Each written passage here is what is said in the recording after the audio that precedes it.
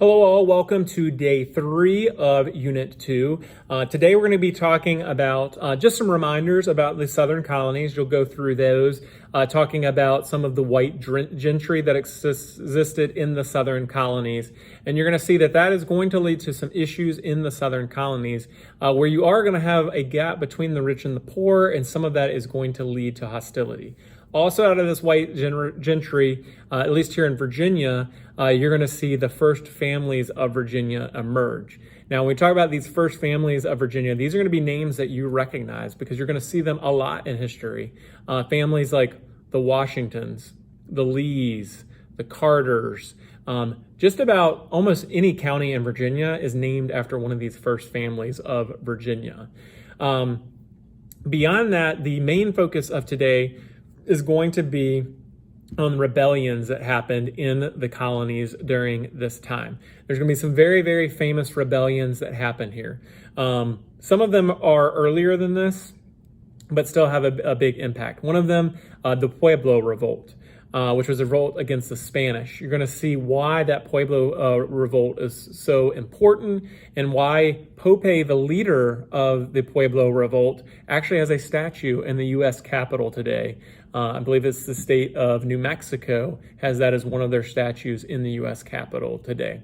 The next one will be Powhatan's uprising that happens here in Virginia. It's also known as the Indian Massacre of 1622. That is going to be a massacre. We're going to have a lot of white settlers in the Jamestown colony and in that area be killed by natives. Again, that will have an impact as well. The next big revolt, the one that you really need to focus a lot of time on, is Bacon's Rebellion. Now, Bacon's Rebellion is important for numerous different reasons, which go over in the slides presentation. But perhaps one of the biggest things that comes out of Bacon's Rebellion here in Virginia is a shift in the labor that is used in the colony. The colony, or the rebellion, is going to be led by Nathaniel Bacon, who was a wealthy guy himself, but he partnered with some of these poor former indentured servants here in Virginia. They were the ones that largely supported him. So after Bacon's Rebellion, it shifts those who are in leadership to realize, hey, maybe we should change our workforce from indentured servants that can get their freedom and then cause trouble to slaves who never get their freedom and hopefully can't cause the same kind of trouble that indentured servants. So Bacon's Rebellion will have quite a big effect on the early colonies. Also, Jamestown will be burnt to the ground by Nathaniel Bacon and his rebels as well. You will see in the New England colonies that you're going to have the Pequot War that happens there between the New England colonists and the natives that are there. You're going to see one big thing is that the New England colonies, even though they were founded in Christian principles and that kind of stuff, that they still had wars and conflicts with the Indians. Yes, you do have Thanksgiving that happens up there, but you're still going to see that they do have conflict and issues with the natives up there, just as all the colonies had, because you had people moving in, taking land, and that was causing issues. The last of these rebellions will be King Philip's War, also known as Metacom's Rebellion. Now, the big thing to understand from all these rebellions is that all of them are going to have an impact.